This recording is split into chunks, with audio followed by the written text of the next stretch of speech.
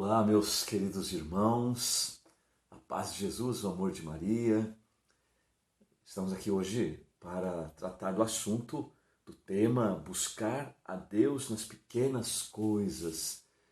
Isso no cotidiano das nossas comunidades, no contexto das novas comunidades e da consagração de vida a Deus através dos nossos carismas que nós buscamos, né? Eu sou Ítalo Fazanella, fundador da comunidade Sagrada Família, aqui de São Paulo, da Arquidiocese de São Paulo, no bairro do Ipiranga. Nossa comunidade tem 26 anos de fundação. O nosso carisma é ser família, comunidade de amor, segundo o projeto de Deus. E a nossa missão é evangelizar e resgatar a família. Buscamos aí ser o rosto da Sagrada Família no mundo. Nossa comunidade, como disse, tem a sua sede aqui no Ipiranga. Temos missões na Diocese de Santos, de São José do Rio Preto, de Assis. Também temos a presença de alguns membros da comunidade em Campinas, em Vitória, no Espírito Santo, e em Paudalho, uma cidade vizinha ao Recife. E nós estamos aí, então, exercendo esta missão em todos os lugares em que estamos presentes. Somos uma comunidade de vida e aliança, algumas pessoas na comunidade de vida, a grande maioria é aliança, tanto casais como jovens, solteiros, viúvos, enfim, todos os estados de vida. Eu hoje tenho 55 anos, sou casado há 31 anos e meio com a Rosana, temos 6 filhos, 4 na terra, 2 no céu. Nós perdemos 2 durante a gravidez e são vida humana que precisam entrar na conta, né? E temos os nossos 2 filhos mais velhos, que inclusive são consagrados em nossa comunidade, bem como meu genro. Eles nos deram 3 grandes presentes, né? Os nossos 3 primeiros netos, o Miguel hoje com 3 anos, a Antonella com 2 e o Guilherme com alguns dias de vida, né? Então, uma alegria imensa de ser família, né? Essa é a nosso grande chamado, nossa grande vocação. Bem, meus queridos, sabemos que a vida em comunidade é uma graça, é uma bênção, né? Graça no sentido assim, de dom mesmo, é um dom de Deus. É para as pessoas que de fato foram chamadas a viver esta realidade. E para nós vivermos bem e vivermos melhor esta realidade, é necessário, como o próprio tema de hoje nos fala, buscar a Deus nas pequenas coisas, né? Isso me remete a Santa Teresinha. Santa Teresinha é baluarte da nossa comunidade, bem como seus pais, né? Os santos Luís e Zélia Martin, de quem ela aprendeu por primeiro a buscar a Deus nas pequenas coisas. Toda a doutrina de Santa Teresinha, a sua doutrina da pequena via, o caminho da infância espiritual, sobretudo tem o seu alicerce na vida, na espiritualidade dos seus pais, os santos Luís e Zélia Martin. Obviamente depois, Teresinha, durante a sua vida no Carmelo, ela aprofundou essa realidade, ela mergulhou, escreveu e nos presenteou, tanto é que ela é doutora por causa disso, né? Nos presenteou com a riqueza da pequena via, né? Digo isso porque tenho certeza que muitas comunidades que estão me acompanhando nesse momento têm Santa Teresinha como patrona, como baluarte da sua comunidade, ou talvez algum outro santo do Carmelo, né? Como viver a vida consagrada? A vida consagrada no sentido das nossas comunidades. Nós não podemos confundir. A vida consagrada na igreja é aquela vida tradicional, já considerada aí há séculos e séculos, que é a vida religiosa, né? Nós, novas comunidades, não somos vida consagrada, não somos. Nós somos sim, novas formas de vida consagrada. Isso quem disse foi João Paulo II, né? Que não vem substituir as formas de consagração de vida antigas na igreja, mas vem se somar a elas. Isso ele disse na exortação apostólica Vita Consecrata. Então ele deixa muito claro, ele até considera as comunidades, ele nomeia como novas comunidades, comunidades novas, novas fundações, novas formas de vida evangélica, novas formas de consagração, né? Então, quando a gente fala de vida consagrada, no nosso âmbito aqui, nós vamos entender que é esta consagração de vida que muitas das nossas comunidades têm, ou talvez com outro nome, promessas, enfim, votos nós não podemos utilizar, isso já foi dito pela igreja, porque o termo votos é um termo jurídico canônico, usado exclusivamente para a vida religiosa. Então nós podemos fazer compromissos, promessas, enfim, o nome que você queira dar. Mas o que a igreja já nos pediu é que nós não utilizemos os termos da vida consagrada, da vida religiosa. Nós somos uma novidade do Espírito. E se somos uma novidade do Espírito, complementar aquilo que o Espírito já inspirou na igreja, por que nós vamos ficar repetindo, copiando, né? Nós não temos necessidade disso, não temos. E aprendemos com a igreja. Precisamos ser dóceis àquilo que a igreja diz. Não adianta a gente ficar aí reclamando, murmurando, ficando revoltados, por que eu não posso usar esse termo? Ponto, a igreja falou, acabou. Não tem discussão nesse ponto, né? Então nós somos uma nova forma de vida consagrada. Nós não podemos negar a consagração, e é justamente onde eu quero iniciar a nossa reflexão. O ponto de partida para toda a consagração, para nós, para os religiosos, para todo o povo cristão, o ponto de partida de toda a consagração, de toda a forma de entrega a Deus, né? Mais do que a gente ficar discutindo terminologia, a gente tem que entender que uma consagração é uma entrega total a Deus na sua realidade de vida. Seja vida, seja aliança, não importa. O que importa é que a consagração te configura, né? Consagrar, tornar santo com aquele que é santo. É isso que é o mais importante. Toda promessa, todo compromisso, toda consagração que nós fazemos em nossas comunidades nos configuram ao Senhor, porque é a Ele que nós nos consagramos. Qual é o meio que nós utilizamos para consagrar? O carisma, a comunidade. Eu não me consagro a um carisma, eu não me consagro a uma comunidade, a um fundador. Não, eu me consagro a Deus. Através do quê? Através da minha comunidade, através do meu carisma. Então, o ponto de partida de toda consagração é a pia batismal. Você já foi batizado, obviamente. Então, ali, na pia batismal, foi o ponto de partida da sua consagração. O direito canônico, o catecismo da Igreja Católica, enfim, toda a doutrina da Igreja afirma e reafirma, né, que a nossa consagração, o Vaticano II também trata desse assunto, nós fomos consagrados a Deus pelo batismo.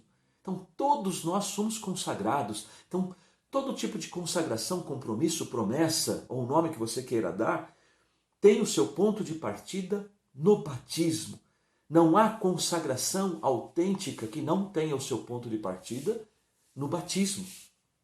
Ali está a autenticidade e, digo até mais, a garantia de nós podermos ser consagrados a Deus porque somos batizados.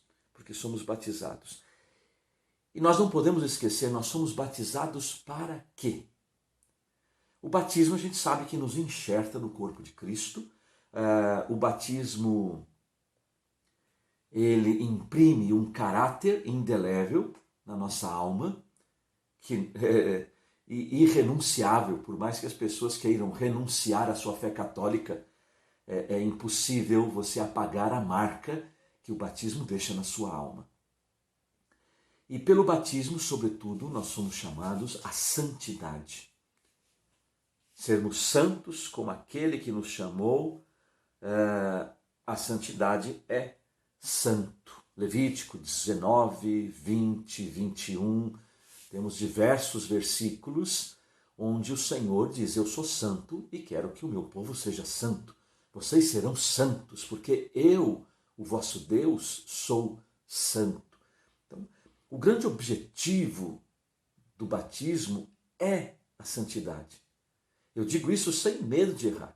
Aí nós podemos dizer, mas pelo batismo, até uma antiga música do Mês Missionário, né? Pelo batismo recebi uma missão, né? Sim, o batismo nos insere na missão da igreja, né? E a igreja existe para evangelizar, como disse o Papa São Paulo VI, né? na Evangelho Nunciante.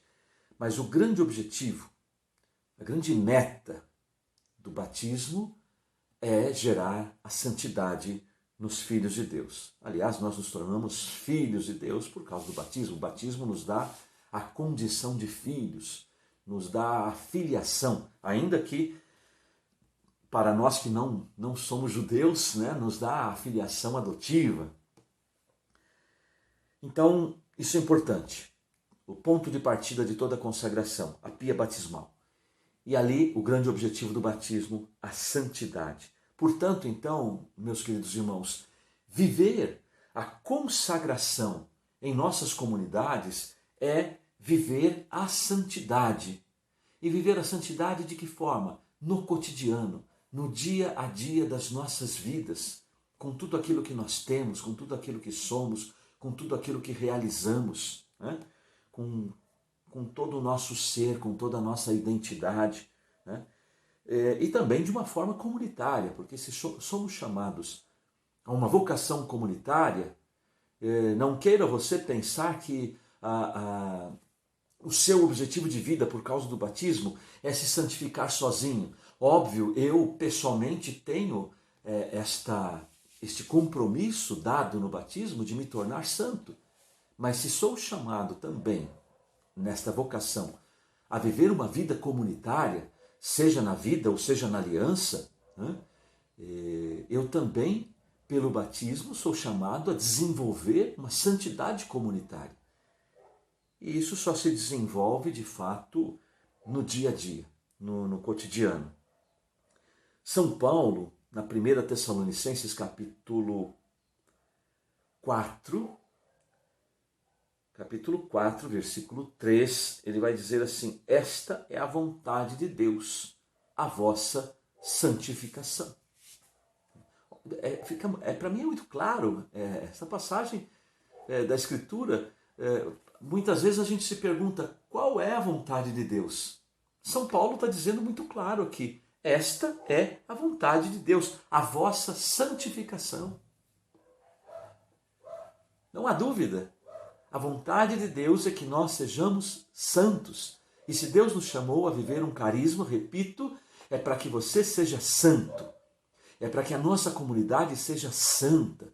E viver a santidade é viver na simplicidade da vida cotidiana. Buscar a Deus nas pequenas coisas. Ninguém será santo buscando coisas grandes somente. Não. Para buscar as coisas maiores é necessário que você busque primeiro as pequenas coisas. Quem não é fiel no pouco, não será no muito, diz o Senhor no Evangelho. Hebreus capítulo 12, versículo 14, também nos dá também mais um alicerce para nós acreditarmos nesse grande objetivo do batismo, que é a santidade. Hebreus 12, 14 vai dizer assim: buscai a paz com todos e a santidade, sem a qual ninguém pode ver a Deus. Buscai a paz e a santidade, sem a qual, ou seja, a última referência que a palavra fez foi santidade, sem a qual ninguém pode ver a Deus. E a palavra de Deus é muito clara. Se nós não buscarmos a santidade, nós não veremos a Deus. Nós não podemos esquecer que nós somos cidadãos do céu e nós estamos aqui de passagem. E essa nossa passagem, essa nossa breve passagem, que é a nossa vida, ela deve ser vivida na busca da santidade. Porque sem santidade, ninguém vê a Deus. A chamada visão beatífica, né? A visão bem-aventurada que Santo Agostinho, que São Tomás nos fala, é ver a Deus face a face. Então, se nós não buscarmos e não vivermos a santidade, nós não veremos a Deus. Então, sem santidade, ninguém vê a Deus. O Papa Francisco, recentemente, escreveu um documento sobre a santidade. Gaudete et Exsultate. E ele vai fazendo algumas perguntas ali. O que é ser santo? O que é viver a santidade? E ele vai, ao mesmo tempo, também respondendo. Viver a santidade e ele fala da santidade no cotidiano, é viver de forma extraordinária o ordinário. Ou fazer o ordinário de forma extraordinária. E ele continua a pergunta: e como eu faço na minha vida, de forma extraordinária, o ordinário, o comum, o simples, o cotidiano? Como que eu consigo transformar este comum, este simples, este cotidiano em algo extraordinário? E o Papa Francisco então cita Santa Teresinha. Voltamos aí à doutrina da nossa querida Santa Teresinha. Ele diz: para você fazer de forma extraordinária o ordinário, você precisa colocar amor em todas as coisas. Esse é o grande segredo. Aliás, a camiseta que eu estou hoje, né? O amor é garantido. Garantido para sempre. O amor é garantido para sempre. E a doutrina de Santa Teresinha nos mostra exatamente isso. Quando você coloca amor em todas as coisas que você faz, você transforma o ordinário em extraordinário. É diferente de você buscar somente o extraordinário na sua vida. É muito diferente. Há uma diferença imensa, imensa. Né? E justamente a gente precisa vencer essa tentação de querer sustentar a nossa vocação, a nossa consagração em coisas e acontecimentos extraordinários. Vai ser uma decepção. Talvez até você que esteja me assistindo agora esteja decepcionado com a sua comunidade, com seus irmãos, com o seu fundador, com o seu moderador, porque você apostou, você caiu, eu vou dizer isso para você caiu na tentação de querer achar que você sustentaria a sua vocação em coisas e acontecimentos extraordinários. E não é esta a realidade. Tem gente que acha que a sua pregação vai chegar ao ouvido e ao coração das pessoas se você gritar mais, se você pular no palco, se você gesticular como estou fazendo agora. Apesar de que eu sou italiano, se você amarrar, eu sou descendente italiano, amarra a minha mão, talvez eu fique mudo. Mas eu estou exagerando um pouco para a gente poder perceber. Deus é simples. Nós não precisamos forçar a natureza humana nem a natureza divina. Deus se encontra nas coisas simples. Deus se encontra nas coisas simples. No cotidiano. Então, gente, precisamos de fato vencer a tentação de querer sustentar a vocação, sustentar a consagração, buscando coisas extraordinárias. Não. O extraordinário vai acontecer se você viver a fidelidade no cotidiano, no dia a dia, nas coisas simples, buscar a Deus e encontrá-lo nas coisas simples. E colocando amor, como o Papa Francisco nos ensina, baseado em Santa Teresinha, se você coloca amor em todas as coisas, o mais simples se torna extraordinário.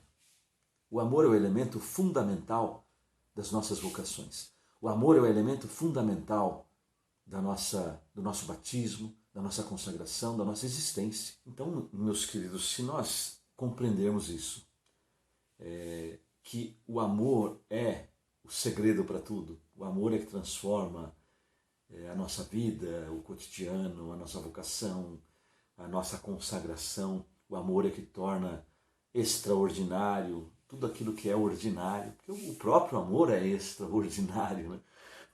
O amor de Deus, sobretudo, é Ele que transforma. E é nesta via, neste caminho, que nós devemos seguir, trilhar, se queremos dar uma qualidade e uma autenticidade às nossas vocações, à nossa consagração dentro do nosso carisma. Os nossos santos baluartes, nossos santos patronos, que são os santos inspiradores das nossas espiritualidades, as espiritualidades das nossas comunidades, temos que ter esta consciência, como eu acabei de dizer, né? Eles, os santos baluartes, são santos inspiradores. É através da vida deles que nós somos inspirados, animados, impulsionados a viver a santidade. É para eles que devemos olhar e buscar o modelo das nossas vidas. Para que nós temos baluartes nas nossas comunidades? Eles são intercessores, sim, eles intercedem por nós diante de toda a batalha que nós vivemos, mas eles são santos inspiradores. Se eles não inspiram a nossa espiritualidade, para que eles estão aí como baluartes, né? E para que colocar um santo baluarte na comunidade se ele não é um santo inspirador da nossa espiritualidade, não é verdade? Então é fundamental para viver, buscar a Deus nas pequenas coisas, um olhar atento para a vida dos santos baluartes de nossas comunidades, os santos patronos de nossas comunidades. E neste olhar, nós vamos ver que na vida de todos eles havia a prioridade à oração. A oração, a intimidade com Deus era prioridade na vida dos santos, né? A prioridade à oração, uma prioridade à caridade, à vida fraterna, à fraternidade. Não simplesmente em detrimento da organização, do zelo. Temos que ter organização, temos que ter ordem, temos que ter limpeza, temos que ter as coisas todas bem ordenadas nas nossas comunidades. Não que isso não seja importante, mesmo porque também eu aprendi que o demônio se aninha na bagunça. O demônio se aninha na bagunça. Lugar bagunçado é lar do demônio, né? Assim a mesma coisa acontece no coração, né? Mas não que isso não seja importante, mas mais importante do que isso, a prioridade deve ser dada à oração, à caridade, caridade fraterna, à vida fraterna. Aqui então nós encontramos a verdadeira beleza da vocação e da consagração, e não nas estruturas. A beleza da consagração de vida, da vida consagrada, da entrega a Deus, não está nas estruturas. Esta beleza está na entrega, esta beleza está no amor, esta beleza está em viver esse amor na vida fraterna, em acolher os irmãos, em viver a simplicidade e buscar a Deus nas coisas simples do dia a dia. E não nas estruturas. Muitas vezes nós nos enganamos achando que a qualidade da nossa comunidade estará nas estruturas, estará no zelo com que as estruturas são cuidadas, são geradas, são administradas. E repito, não significa que isso não tenha sua importância, tem. Mas na ordem de grandeza, se as estruturas não existirem, a comunidade deixa de existir. Quem é a comunidade? São as estruturas ou somos nós? Eu conto um fato aqui. Durante 10 anos quase, nós tivemos uma missão em Palmas. no Tocantins, na época em que Dom Alberto era o arcebispo. E quando Deus colocava no meu coração o desejo de uma missão em Palmas, eu estive lá com um dos nossos cofundadores, pedi uma audiência a Dom Alberto e fui conversar com ele, abrindo o coração, que Deus colocava no meu coração o desejo de termos uma missão em Palmas. Só que foi uma loucura, porque eu disse a ele que nós não tínhamos missionários para enviar para Palmas e não tínhamos condições de abrir uma casa de missão em Palmas. Dom Alberto poderia virar para mim e para ele e dizer assim: e o que vocês estão fazendo aqui? Olha que loucura, eu fui para dizer a Dom Alberto que Deus colocava no meu coração uma missão em Palmas, mas eu não tinha missionários para enviar para Palmas e não tinha condições na época, eu estou falando isso de 2003, não tinha condições de abrir uma casa em Palmas. Depois nós enviamos missionários e depois abrimos a casa também, enfim. Mas naquele primeiro momento era isso que estava no meu... Eu fui fiel àquilo que estava no meu coração. E Dom Alberto, com aquele jeito que todos nós conhecemos dele, ele assim bate a mão na mesa e levanta, né, e diz para nós: quando nós vamos começar? Ele falou: não importa que vocês não têm hoje como mandar missionários nem abrir casa, o que importa é que eu estou acolhendo o carisma de vocês na minha diocese. Olha só que coisa fantástica. Quanto que nós temos que aprender disto. Eu estou acolhendo o carisma de vocês na minha diocese, independente de ter missionários e ter casa. A igreja que acolhe o carisma. E de fato eu cheguei a ir 2, 3 vezes por ano para Palmas, começamos a trabalhar missionariamente desta forma e depois então nós enviamos missionários para lá. Esse fato, esse testemunho, para a gente ver que de fato é isso que eu estou falando, tem um embasamento que nós não podemos colocar as estruturas acima do carisma. Não. É o amor, é a vida de oração, é a espiritualidade que vão nos ajudar a viver essa busca de Deus nas pequenas coisas, nas coisas simples. O Papa João Paulo II, na exortação apostólica pós-sinodal Vita Consecrata, no número 38, ele fala sobre a questão da oração, da ascese, da busca de santidade. E eu gostaria de ler para vocês estes pequenos trechos, porque os escritos de João Paulo II são uma riqueza para nós, né? Oração e ascese, combate espiritual, número 38 da Vita Consecrata. A vocação à santidade só pode ser acolhida e cultivada no silêncio da adoração, na presença da transcendência infinita de Deus.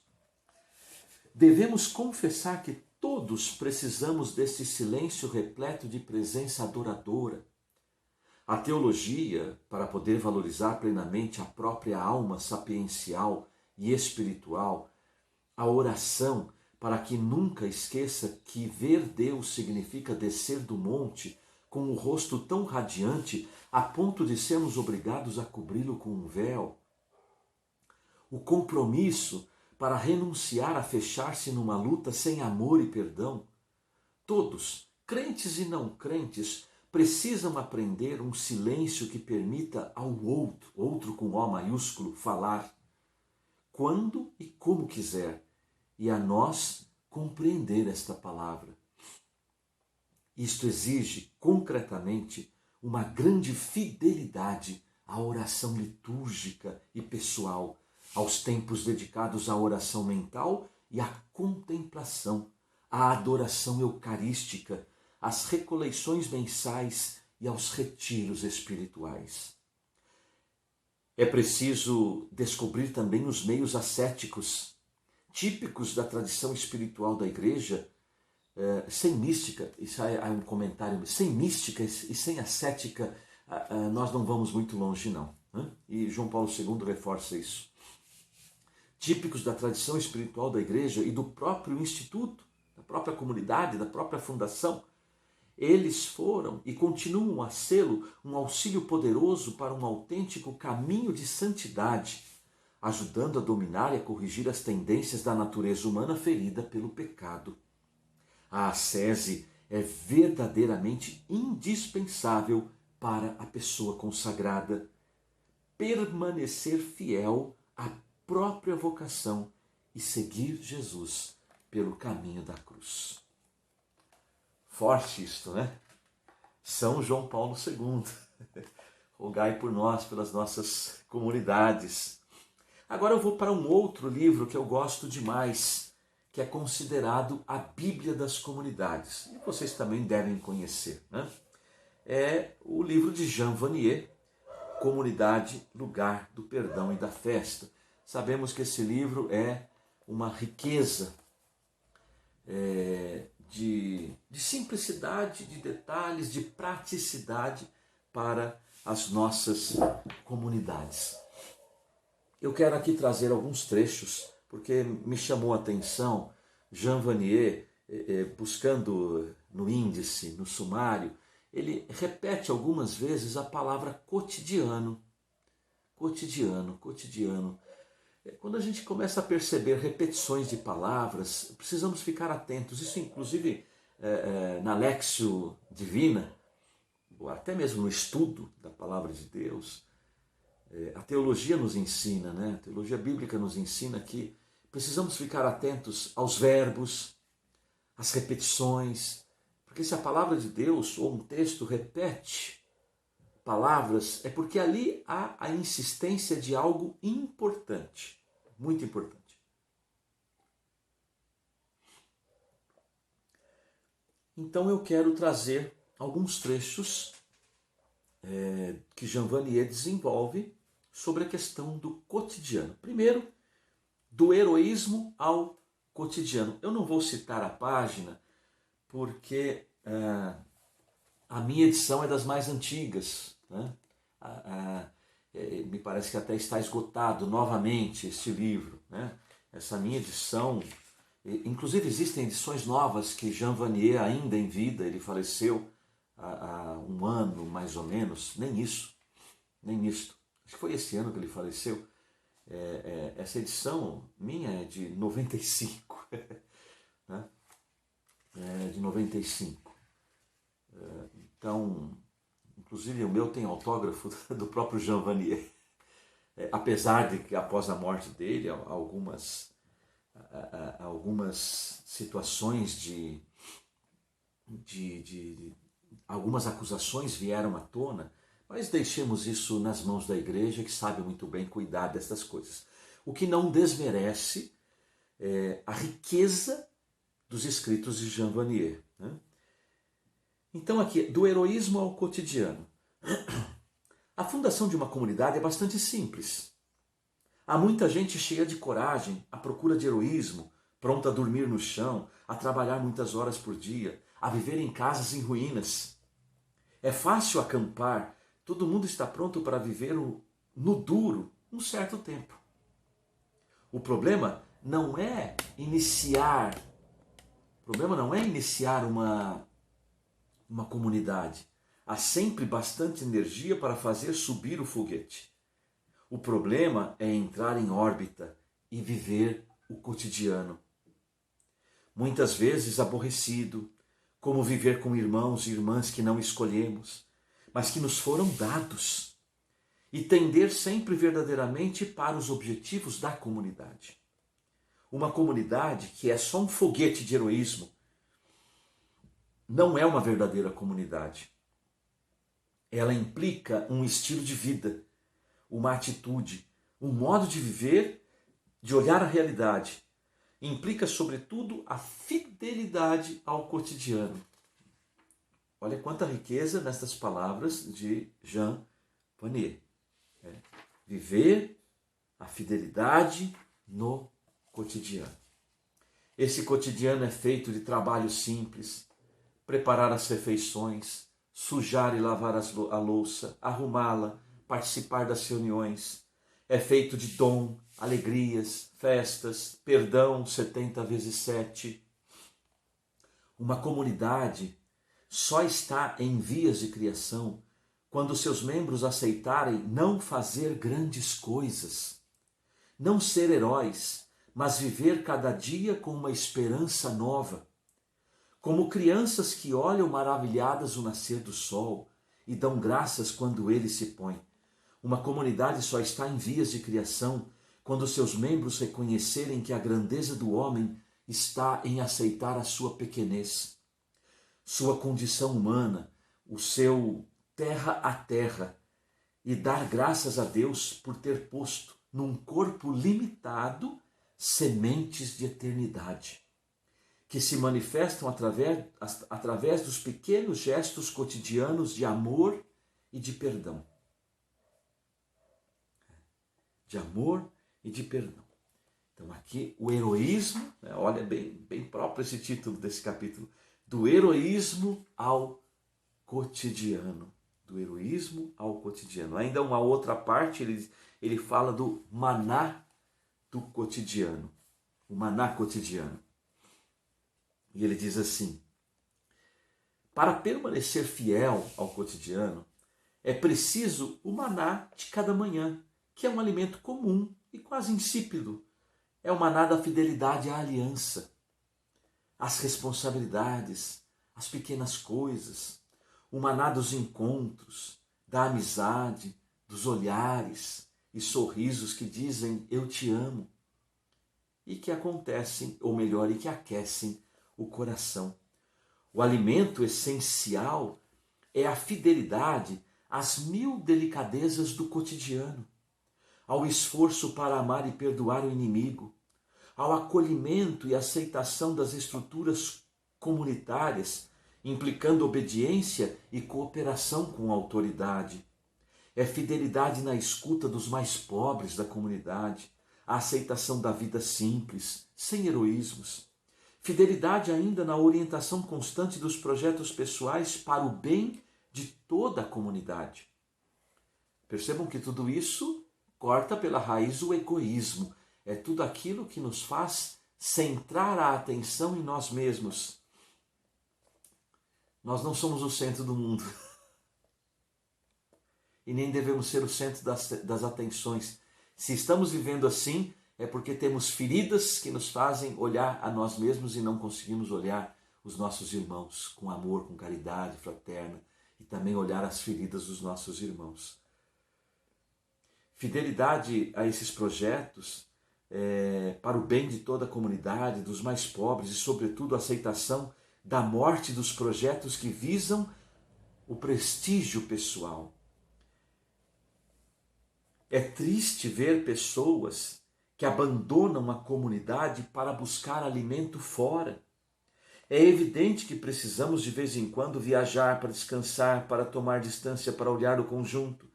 Porém, é absolutamente indispensável que cada um encontre seu alimento no cotidiano. No cotidiano. Numa comunidade, o cotidiano da comunidade, o que você tem? Você tem momentos de alegria, você tem momentos de tensões, você tem reuniões, você tem projetos, você tem trabalhos, você tem missões, você tem, como ele disse, o limpar e o sujar, o organizar, enfim, mil coisas no cotidiano. Numa comunidade devemos viver as estruturas na gratuidade e no amor, porque senão as estruturas pesam e matam. Isso é um comentário meu, né? Viver na gratuidade e no amor e utilizar com compaixão as técnicas profissionais. Enquanto estivermos na comunidade para fazer coisas, não seremos alimentados pelo cotidiano. Mas se descobrimos que é isso que devemos fazer no momento presente e que é por meio dessas humildes realidades e nelas que vivemos com Deus e com os irmãos, nosso coração se apazigua, deixamos de fugir para o futuro e vivemos. Não temos mais pressa porque descobrimos que no momento presente das contas, das reuniões, dos diversos encontros, dos trabalhos manuais, do acolhimento, existe um dom, uma graça a receber. Então, buscar a Deus nas pequenas coisas é buscar a Deus no presente, no cotidiano, naquilo que se apresenta para nós, naquilo que nós temos que viver no hoje, no agora, não no futuro e nem no passado. O futuro a Deus pertence, o passado deve ter em nosso coração gratidão. A nossa vida está no presente. A nossa vida está no presente. E isso é fundamental, este maná, este alimento do cotidiano para viver. Se nós não buscarmos isso, nós não vamos viver a simplicidade. E se nós não vivermos a simplicidade no cotidiano, não encontraremos a Deus. Quem não encontra a Deus, não apresenta a Deus para o irmão. Nossas comunidades têm uma missão. Cada carisma, um específico, o meu específico é família. O específico da sua comunidade é próprio. Mas todos nós temos a missão de evangelizar. Todos nós temos a missão de apresentar Deus às pessoas, para a salvação das almas. Para a salvação das almas. Porque o grande objetivo das nossas comunidades, voltando à questão do batismo, da santidade, todo o objetivo de uma consagração é a vida de santidade. O grande objetivo das nossas comunidades é nos tornar santos. Porque se nós não formos santos, nossas comunidades falharam feio no seu grande objetivo, que é tornar santos os seus membros. E é nessa santidade, na dinâmica da santidade, que acontece a evangelização. E a evangelização é apresentar Deus às pessoas. E se nós não apresentamos Deus às pessoas, nós falhamos. E nós não vamos conseguir apresentar Deus se nós não acolhermos Deus. E só é possível, só tem um caminho de acolhida de Deus, que é na simplicidade. É na simplicidade. É nas pequenas coisas. Então aí estará. E nas pequenas coisas nós vivemos o amor. Nós vivemos a fraternidade. Quantas vezes por causa da missão nós atropelamos os irmãos? A fraternidade é algo importantíssimo.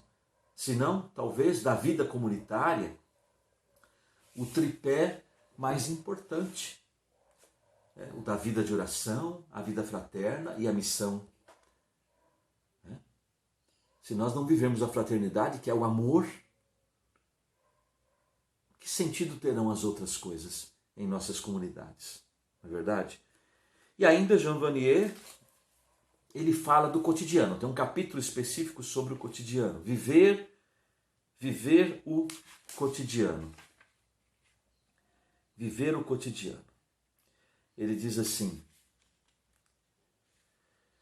um dos sinais de que uma comunidade está viva é percebido na qualidade de meio ambiente. A limpeza, a arrumação, o modo que as flores estão colocadas, a refeição e tantas outras coisas que refletem a qualidade do coração das pessoas. É aquilo que eu dizia, a estrutura, o exterior tem a sua importância, mas não é mais importante que o amor. Porém, na estrutura exterior, se revela a estrutura interior dos membros da comunidade. Quando se põe amor numa atividade, ela se torna bela. E o fruto dessa atividade é belo. Quando se coloca amor, aquilo que o Papa Francisco falou, Teresinha falou, nossos baluartes também com certeza falam, quando se põe amor numa atividade, ela se torna bela. Olha, aqui a gente precisa talvez fazer uma reflexão. Às vezes a gente confunde colocar amor com aquilo que a gente gosta. E nós estamos redondamente enganados. Porque se nós formos fazer somente aquilo que a gente gosta nas nossas comunidades, nós estamos perdidos. Não vamos confundir gosto com amor. Ou será que Jesus gostava de ficar na cruz? Será que Jesus gostava de apanhar? Será que Jesus gostou de ser pregado na cruz, de ser maltratado, de ser cuspido, de ser socado? Isso é masoquismo, né? Quem gosta de sofrer é masoquista. Mas o amor transforma todas as coisas. O amor me faz fazer aquilo que deve ser feito e não aquilo que eu gosto de fazer. Ah, eu não vou fazer isso porque eu não gosto. Você não foi chamado para uma comunidade para fazer aquilo que gosta. Faz parte da sua vocação, do chamado que Deus tem para você. Você não é chamado a fazer aquilo que gosta. Você é chamado por amor a fazer aquilo que precisa ser feito. E sobretudo por amor a Deus, que fez aquilo que ele não gostava, podemos dizer assim. Mas ele, por amor, se entregou a nós numa cruz. Então, meus queridos, o meu querido, minha querida, se você está na comunidade para fazer aquilo que você gosta, reveja profundamente os seus conceitos e a sua vocação, porque pode ser até que você nem tenha vocação para essa comunidade. Ou se você tem vocação a essa comunidade, ela está gravemente desviada, gravemente enferma. Gravemente enferma. Quando se põe amor numa atividade, ela se torna bela. E o fruto dessa atividade é belo. E ainda da questão de viver o cotidiano. Quanto mais avançamos na vida comunitária, mais descobrimos que não se trata tanto de resolver problemas, porém de aprender pacientemente a conviver com eles. Na verdade, na maioria das vezes, não resolvemos os problemas. Com o tempo, um pouco de perspicácia e de fidelidade à escuta, os problemas diminuem, quando menos esperamos. E sempre surgirão outros. Problemas sempre os tereis. Frequentemente, na vida comunitária, procuramos momentos emocionantes, de bonitas festas extasiantes, e esquecemos que o melhor alimento para a vida comunitária, o que renova os corações, são os pequenos gestos de fidelidade, carinho, humildade, perdão, delicadeza e acolhida cotidianos. Às vezes estamos à procura de encontros, retiros, que nós fazemos, produzimos ou buscamos, que sejam impactantes e que a gente possa no final deles dizer: ah, o encontro foi uma bênção. Mas e o cotidiano das nossas comunidades? É ali que nós somos chamados a viver a fidelidade a Deus, sobretudo. E estas coisas todas de Jean Vanier estão no coração da vida comunitária e nos fazem mergulhar na realidade do amor. Sensibilizam nossos corações e revelam o dom. E ainda um pouquinho à frente, Jean Vanier fala de algo que é muito caro para mim e para a nossa comunidade. Ele fala da família de Nazaré. Mas a família de Nazaré, a Sagrada Família, não é um patrimônio exclusivo da comunidade Sagrada Família. A família de Nazaré é um patrimônio da igreja, um patrimônio da humanidade. Vejam o que ele diz sobre a família de Nazaré. Acho maravilhoso que Jesus tenha vivido durante 30 anos uma vida escondida em Nazaré, com Maria, sua mãe, e José. Ninguém o reconhecia ainda como Cristo, Filho de Deus.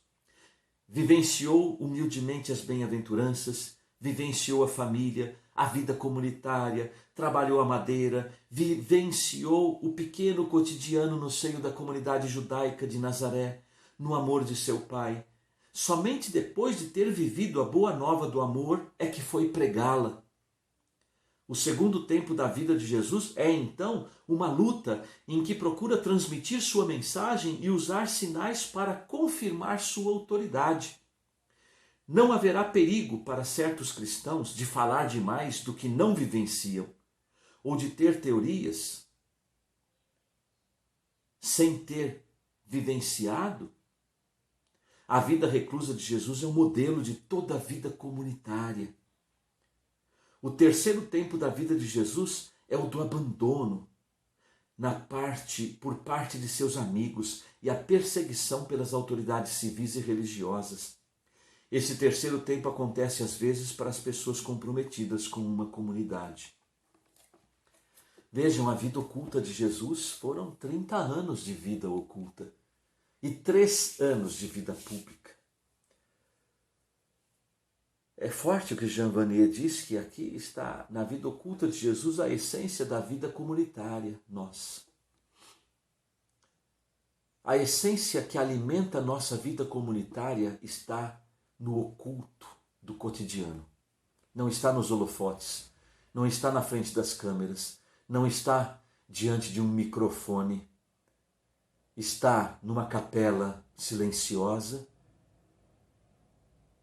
numa adoração silenciosa, numa lágrima que você derrama sem ninguém ter visto, ainda que a lágrima seja apenas no coração e mesmo que seja uma lágrima de sangue.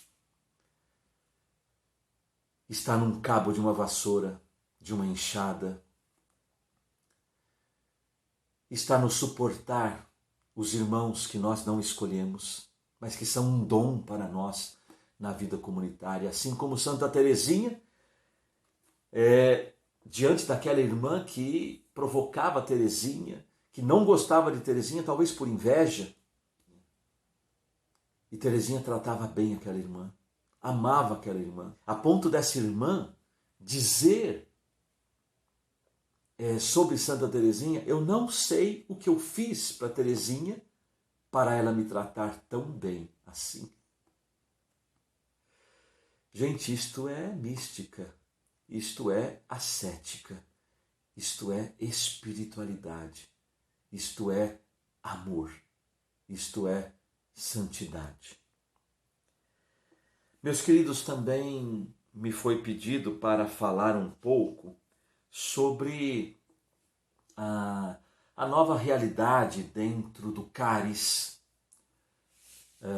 e do Serviço Brasileiro de Comunhão do CARES e sobre a comissão, acho que especificamente sobre a Comissão Nacional para as Novas Comunidades dentro do Serviço Brasileiro do CARES.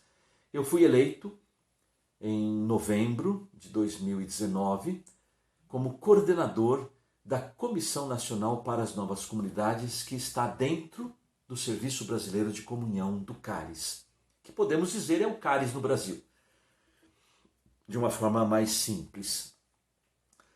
Esta comissão foi criada para pensar as comunidades do Brasil, para ser um serviço às comunidades no Brasil.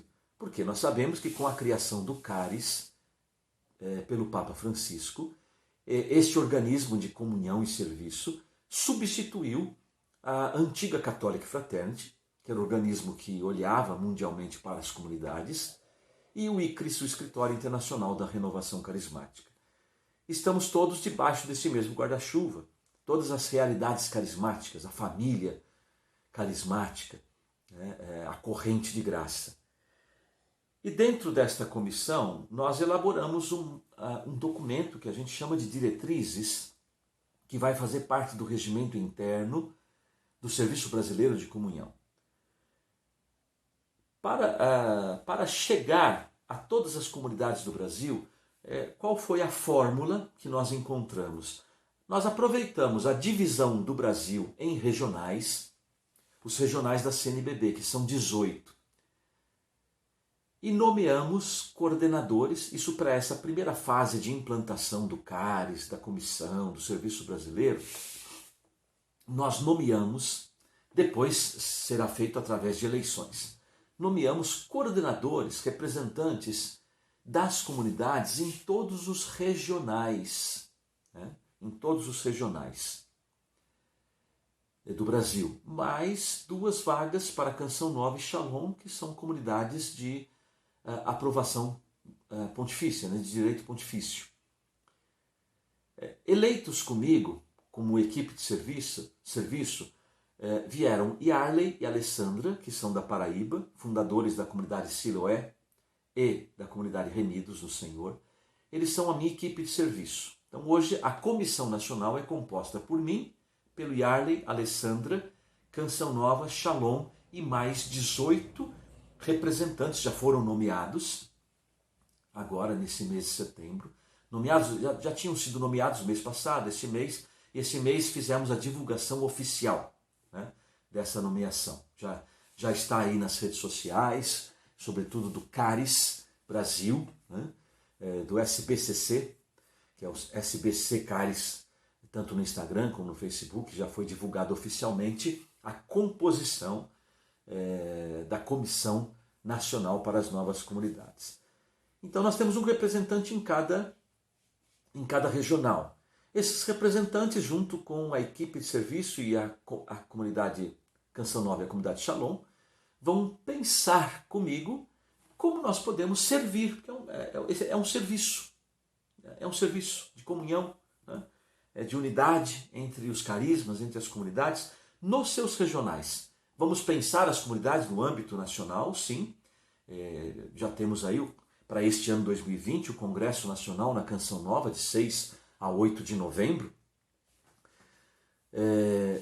E nos regionais teremos encontros, reuniões, congressos, iniciativas formativas, de partilha, de suporte às novas comunidades, aquelas que necessitarem de um acompanhamento, enfim.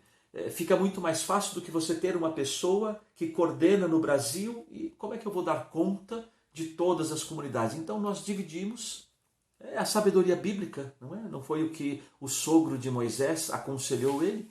Moisés não dava conta de atender todo aquele povo. Olha, divida aí em grupos de 50 pessoas e coloquem cabeças à frente. Nós fizemos isso com o Brasil. Os regionais estão aí. E os próprios coordenadores dos regionais, alguns já estão pensando nisso, vão montar a sua equipe de serviço, que vai ajudá-los a chegar às comunidades nos regionais, a trabalhar a comunhão, a unidade, a fraternidade, o suporte, o apoio, enfim, é o grande objetivo do CARES que está no coração do Papa Francisco, que o CARES seja um lugar, uma instância de comunhão e unidade. Comunhão e unidade. E a grande tônica do CARES é serviço. Nós estamos nesse tempo para servir. Então, como nós podemos servir as comunidades do Brasil? Não somos nós da comissão que vamos dizer isso, são as comunidades. Os coordenadores de regionais, eles irão ali nas comunidades. As comunidades chegarão a eles e vão dizer o que elas estão precisando, o que elas querem da Comissão Nacional. Tanto é que agora os regionais já estão trabalhando, por exemplo, qual é a temática que nós vamos trabalhar no Congresso Nacional, na Canção Nova. Apesar de que nós estamos num momento ímpar, né? Por conta da quarentena que estamos vivendo, o Congresso provavelmente não terá público, ou terá um público limitado, mas com certeza será transmitido pela TV Canção Nova. Então nós estamos tentando ouvir as necessidades das comunidades. Que temas nós vamos abordar? Ainda que ele vai ficar muito limitado, porque a nossa intenção era abordar temas específicos, de áreas específicas, que são anseios das comunidades, em workshops, né? Mas não será possível trabalhar workshops nesse congresso. Mas pensamos talvez até workshops online aí, num futuro breve, para poder oferecer às comunidades. Mas a tônica é essa, é serviço, comunhão, unidade, dentro dessa Comissão Nacional para as Novas Comunidades. Nós que somos do Regional Sul 1, o estado de São Paulo é o Regional Sul 1, temos aí a representação da Lucimar, fundadora da comunidade Presença de São José do Rio Pardo. Ela hoje é a coordenadora, a representante do Regional Sul 1 dentro da Comissão Nacional para as Novas Comunidades. E assim nós vamos caminhando, trabalhando nesse primeiro período de implantações, de descobertas, e estamos à disposição, a serviço dos irmãos, a serviço dos carismas, a serviço das novas comunidades. Então convido vocês todos a acreditar nesse tempo novo, a dar o seu voto de confiança ao Cáris, ao Papa Francisco, ao Serviço Brasileiro de Comunhão e à nossa comissão, a Comissão Nacional para as Novas Comunidades. Faça parte, né? Inscreva-se, por exemplo, no site do Cáris Internacional, faça o seu cadastro lá no Cáris Internacional. Logo, logo nós estaremos fazendo um cadastro nacional, é diferente, tá? O internacional e o cadastro nacional das novas comunidades através dos regionais. Para a gente poder saber quantas comunidades nós temos no Brasil, onde elas estão, quais são os seus carismas, enfim, para usar esse cadastro como um instrumento de melhorar a eficácia da nossa atuação em vista do serviço, da comunhão e da unidade. Então nós estamos à disposição de vocês. Agradeço o convite que me foi feito.